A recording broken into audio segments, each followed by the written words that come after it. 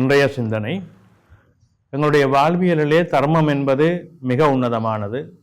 தர்ம சிந்தனையோடு வாழ்வதிலே நாங்கள் மிக கவனமாக செயல்பட வேண்டும். அன்றாட வாழ்வியலிலே நாங்கள் 3 வேளை உணவருந்துகின்றோம். இந்த உணவருந்துகின்ற பொழுது உணவை தர்மம் செய்து சாப்பிட வேண்டும் என்கின்ற மரபு எங்களுடைய தமிழர் பாரம்பரியத்திலே மிக உன்னதமாக போற்றப்படுகின்றது. இயல்பாகவே காக்கை உணவளிப்பது என்பது எங்களுடைய பாரம்பரியத்திலே மிக முக்கியமான ஒன்று. நாங்கள் சாப்பிடுகின்ற சமையல் செய்துவிட்டு அதை காக்கைக்கு வைத்து சாப்பிட வேண்டும் அல்லது பசுவுக்கு வைத்து சாப்பிட வேண்டும் என்கின்ற மரபு எங்களுடைய சமயம் சார்ந்து எங்களுடைய தமிழர் மரபு சார்ந்து அமைந்திருக்கின்றது. அதை நாங்கள் உணர்ந்து செயல்பட வேண்டும்.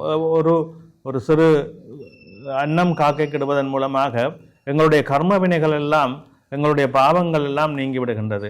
அந்த தர்மத்தின் மூலமாக எங்களுக்கு வரவேண்டிய பல சிரமங்கள், தடைகள், பிரச்சனைகள் எல்லாம் பெரும் சிரமம் இல்லாமல் காக்கப்படுகின்றது.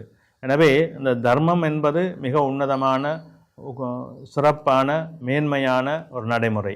நாங்கள் அதை உணர்ந்து செயல்பட வேண்டும். எங்களுடைய வாழ்வியலிலே நாங்கள் சைவ சமயம் என்கின்ற அந்த சான்று எங்களுக்கு கிடைத்த பொக்கிஷமாகும். அந்த சமயத்தின் வழி நின்று அந்த சமயத்தின் வழியில் நாங்கள் மிக உன்னதமாக சமய நடைமுறைகளை பின்பற்றி வாழ்ந்தோமானால் பல துன்பங்களிலிருந்து நாங்கள் விடுபட்டுக் கொள்வோம். அந்த சமயத்தின் பண்புகளை, மரபுகளை எங்களோடு சேர்த்து கொள்வதிலே நாங்கள் மிக கவனமாக இருக்க வேண்டும். மிக உன்னதமாக செயல்பட வேண்டும். அந்த செயல்பாடு எங்களுக்கு எல்லா வகையிலுமே நன்மையை தரும், மேன்மையை தரும், அனுகூலத்தை தரும். எனவே அதை உணர்ந்து செயல்பட்டு நாங்கள் வெற்றிகளை காண வேண்டும். இதுதான் வாழ்வியல் தர்மம் என்பது. வாழ்வியலிலே நாங்கள் கொடுக்கின்ற அந்த தர்மமானது எங்களுடைய வாழ்க்கையிலே மிக மிக உன்னதமான பலன்களை எங்களுக்கு கொடுத்து விடுகின்றது.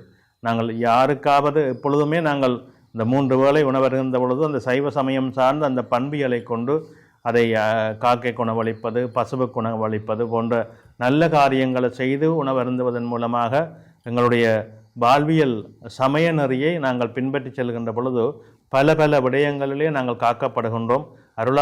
அருள் ஆசைக்கு உட்படுகின்றோம். எனவே அதை உணர்ந்து செயல்படுவோம், நல்லதையே செய்வோம். நன்றி.